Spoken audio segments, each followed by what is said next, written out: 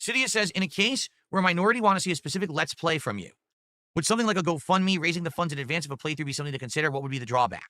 Well, here's the thing, Cydias. I understand what you're saying. Because, for example, maybe there'd be a game that only like 10 people actually want to see me play. And then everyone else like, don't play that game. That game's boring. It's not going to be fun for a stream. But what if those people were willing to fund the playthrough and say, no, we would literally pay you. So as if when you're playing it, you're hitting your funding goal every stream, right? It would be a tough trade. I don't want to be playing stuff just for the sake of making money. I want you to understand that. Like, I want to be playing stuff because I'm enjoying it, you're enjoying it. And then because of that, there's reciprocation. People saying, hey, we love the fact that you're doing this playthrough here. We'll reward you with some support. Get it? So yeah, I don't know. We'd have to talk about that. We certainly, I haven't done anything like that yet. There's never been someone who said, hey, I'll pay you up front. You know, this game is 10 hours long, so it'll take you 5 streams to beat it. So I'll pay you 5 streams of $150. You know, do the math. I'll pay you $750 if you play this game. That's never happened. No one's ever made the offer. I've never considered the offer. Nothing like that. I guess we'd have to see. We'd have to see what happens if that ever would be viable. But personally, I think I would like to make content that the live audience is going to like. You know what I mean? Not that I'm just going to be playing a game for one person who buys the playthrough, right? Well, Adam says, I don't like Game Pass. I like to buy and own my games physically. I don't like constantly having to pay. Yeah, but you don't own anything. Adam, do you not understand you don't own any games? You literally own 0 video games. You can't own a video game. Unless you own the company, you don't. All you're doing is you're buying a license to play the game. You may have a physical disc. You don't own the game. Most games physically, now when you buy them, they're just a download code anyway. You pop the disc into your console and it downloads the real game off the internet. You don't own the game. I don't know where this weird misconception is. This is not the 1990s. This is not the 2000s. The game's not even on the disc. It really is confusing that people say that.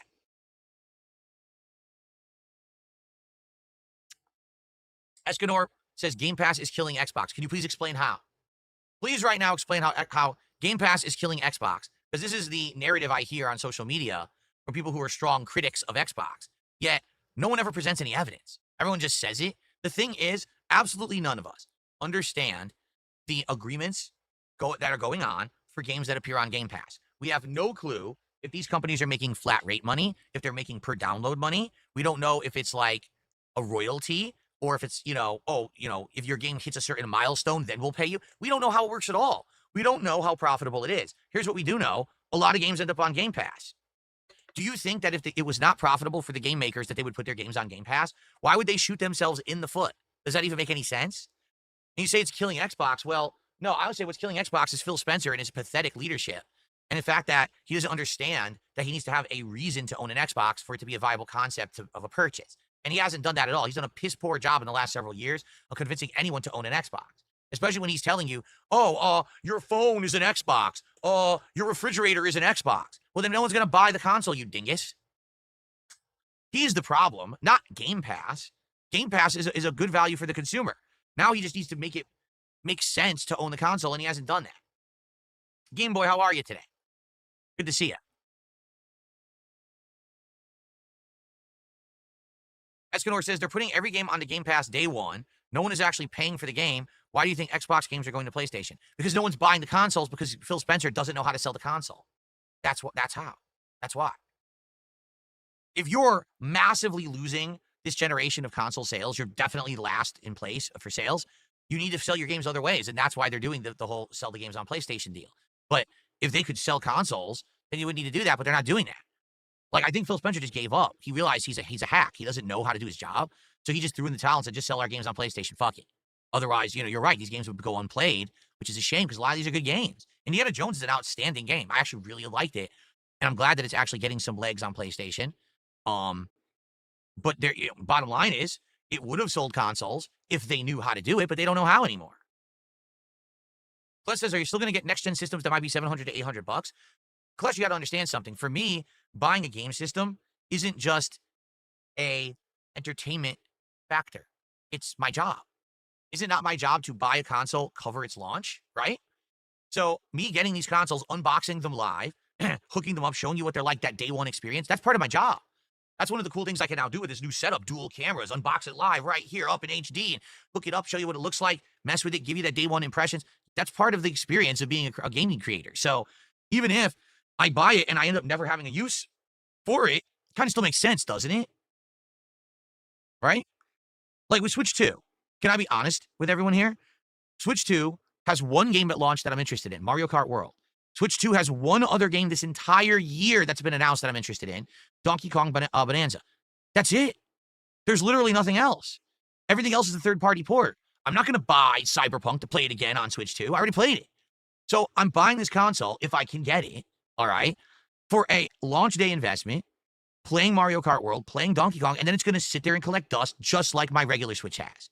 That's Nintendo's fault. But it still makes sense for me to get it. I'm going to have that coverage. You guys are going to want to see me covering these things at launch, no? So doesn't it make sense for me to invest that money? I think so. No, I don't believe that. Class says Metroid Prime 4 is going to come out this year too. I don't believe that. I think it's coming out next year. Or else they would have already talked about it and had a release date for it, and they don't have that. I don't believe that.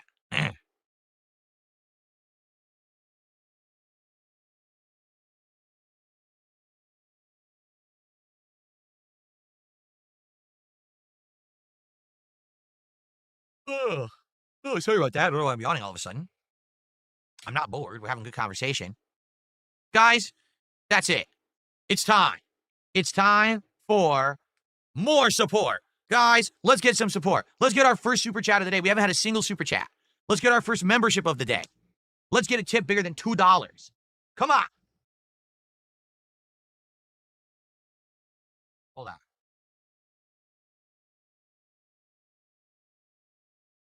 There we go. Can we get some support, for goodness sake? No, Genesis Gaming, I just said Metroid Prime 4. I firmly do not believe that Metroid Prime 4 will come out this year, or else they would have already had an announcement. We know it's coming, but they haven't given us a release date at all. They're being very ambiguous about the game, and I think there's a good reason. It's just not done. It's not ready. If it were, I think we'd be getting more information, and we don't have that information. I think it's not coming out this year. I could be wrong. I'd like to be wrong. I'd like to play more on my Switch too, but I don't think that that's going to happen. I think that it's going to be just Mario Kart and then Donkey Kong and then dry spell only third-party ports for like 6 months. And then maybe next year we'll start to see Switch 2 games come out. That's my take. Adam, thank you for 18 months as a member. He says first member renew of the day. Yes, but that doesn't count towards our goal, sadly.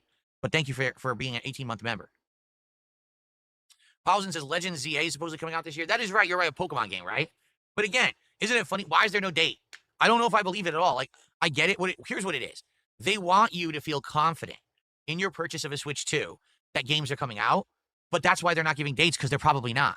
Look at our lineup. There's a new Mario Kart, a new Donkey Kong, a new Metroid Prime, a new Pokemon, and then all these cool ports coming out. And then as soon as the console comes out, they're going to be like, oh yeah, half those games aren't coming out this year. I almost guarantee it, but I could be wrong. This is a case where I'd like to be proven wrong. The more games, the better. The more use out of the Switch 2, the better. Everyone's spending all this money on it, right? You want to be able to enjoy the game, so.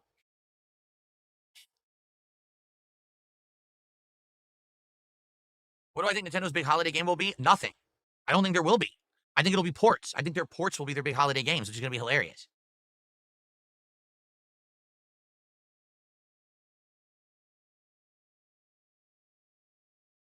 Ugh. Can I play War Thunder someday? It's free. Didn't we look into that one time? Is it a game with a bunch of vehicles and stuff?